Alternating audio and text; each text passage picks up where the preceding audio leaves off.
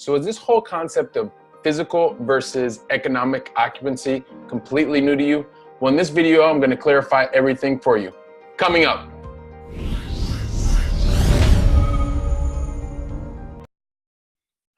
Hi there, it's Billy with Keep On Cash Flow, helping you to grow your money and your mindset so that you can get closer to the lifestyle that you really want to be leading faster.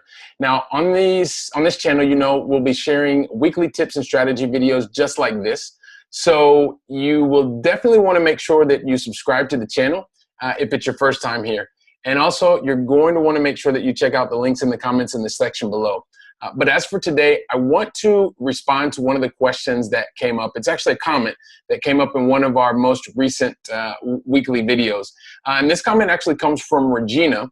And the comment was, I love the tip about physical versus economic occupancy.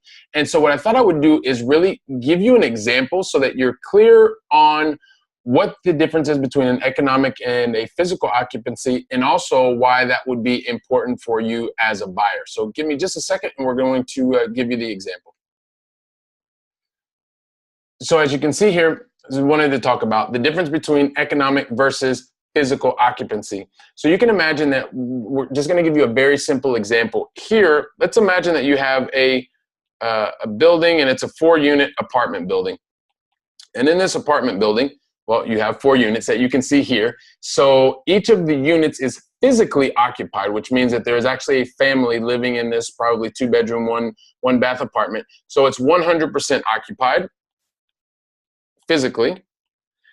However, there's some challenges with some of the families actually making their payments. So what we've come to find out is actually only 2 of the 4 families have their rent paid up to date and on time. So on one side, we have a physical occupancy of 100%. However, and you as a buyer, this is something that you're really going to want to be aware of, they're actually 50% economically occupied. So what does that mean for you as a buyer? Number one, it's going to show you exactly economically where your risks are, what could potentially be happening, going wrong. It's going to let you know whether or not when you take over the building, if you're going to have to do major work or just a little bit of work. Ideally, you'd like it to be at 100% occupied and 100% economically occupied.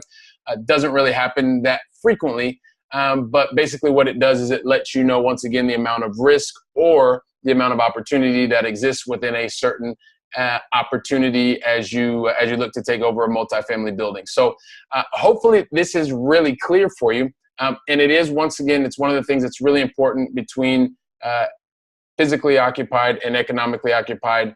You see what that can do to help you as a buyer and giving you a better perspective and how you can also discuss that with your potential investors. So this is Billy Keels with Keep On Cash Flow. It's my 2 cents for today. And as always, hasta la próxima.